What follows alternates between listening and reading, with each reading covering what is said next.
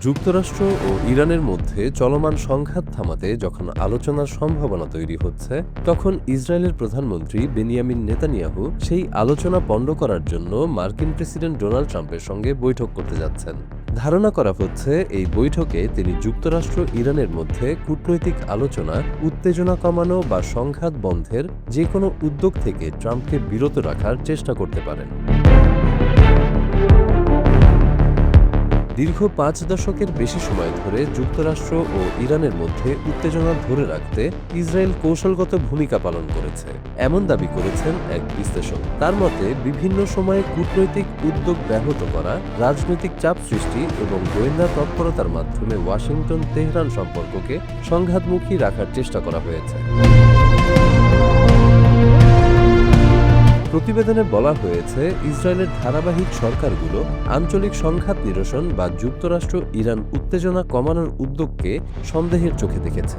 সেই বিশ্লেষকের দাবি, এসব প্রচেষ্টার মূল লক্ষ্য ছিল যুক্তরাষ্ট্রের মধ্যপ্রাচ্য নীতিতে ইসরায়েলের প্রভাব ধরে রাখা এবং ইরানকে দীর্ঘমেয়াদী প্রতিদ্বন্দ্বী হিসাবে উপস্থাপন করা।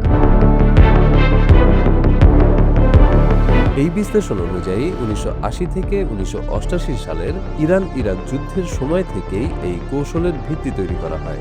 ইসরায়েল চেয়েছিল ইরান বা ইরাক কোনো পক্ষই যেন বিজয় অর্জন করতে না পারে।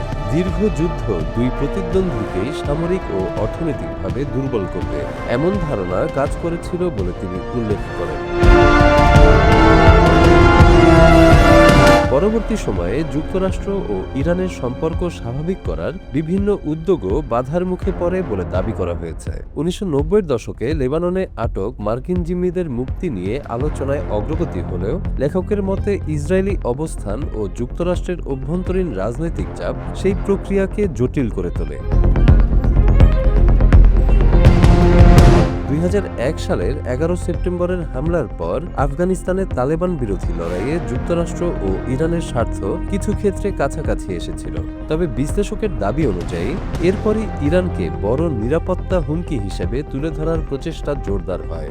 ২০০২ সালে মার্কিন প্রেসিডেন্ট জর্জ ডব্লিউ বুশের অশুভ অক্ষ মন্তব্যে ইরান, ইরাক ও উত্তর কোরিয়াকে একসঙ্গে উল্লেখ করার পেছনেও ইসরায়েলি কৌশলগত চিন্তার প্রভাব ছিল বলে তিনি দাবি করেন। ইরানের পারমাণবিক কর্মসূচি নিয়েও দুই দেশের বিরোধ আরও তীব্র হয়। লেখকের মতে, ইসরায়েল বিভিন্ন সময়ে গোয়েন্দা তথ্য ও কূটনৈতিক প্রচেষ্টার মাধ্যমে ইরানের পারমাণবিক ইস্যুকে আন্তর্জাতিক অঙ্গনে বড় করে তুলেছে। ২০১৫ সালের ইরান পরমাণু চুক্তি বা JCPOA-এর বিরুদ্ধেও ইসরায়েলের তৎকালীন প্রধানমন্ত্রী বেনিয়ামিন নেতানিয়াহু জোরালো প্রচারণা চালান। ডোনাল্ড ট্রাম্প যুক্তরাষ্ট্রের প্রেসিডেন্ট হওয়ার পর এই নীতিতে বড় পরিবর্তন আসে। ২০১৮ সালে যুক্তরাষ্ট্র JCPOA থেকে বেরিয়ে যায় এবং ইরানের বিরুদ্ধে সর্বোচ্চ চাপ নীতি গ্রহণ করে। এরপর ২০২০ সালে ইরানের সামরিক কমান্ডার কাসেম সোলাইমানিকে হত্যার ঘটনায় যুক্তরাষ্ট্র ইরান উত্তেজনা আরও বেড়ে যায়। লেখকের মতে, সাম্প্রতিক বছরগুলোতেও যুক্তরাষ্ট্র ও ইরানের মধ্যে সমঝোতার উদ্যোগ বাধাগ্রস্ত হয়েছে। তিনি দাবি করেছেন, ইসরায়েলি প্রভাবশালী মহল বিভিন্ন সময়ে আলোচনার বিরোধিতা করেছে এবং সংঘাত অব্যাহত রাখার পক্ষে কাজ করেছে। তবে এসব অভিযোগের বিষয়ে ইসরায়েলি সরকার বা সংশ্লিষ্ট পক্ষগুলোর বক্তব্য আলাদাভাবে তুলে ধরা হয়নি। যুক্তরাষ্ট্র ও ইরানের বিরোধের পেছনে শুধু দুই দেশের দ্বন্দ্ব নয়, বরং মধ্যপ্রাচ্যের বিভিন্ন শক্তির স্বার্থ ও কৌশলও কাজ করেছে। ভবিষ্যতের কূটনৈতিক উদ্যোগের ক্ষেত্রেও এই বাস্তবতা গুরুত্বপূর্ণ হয়ে উঠতে পারে।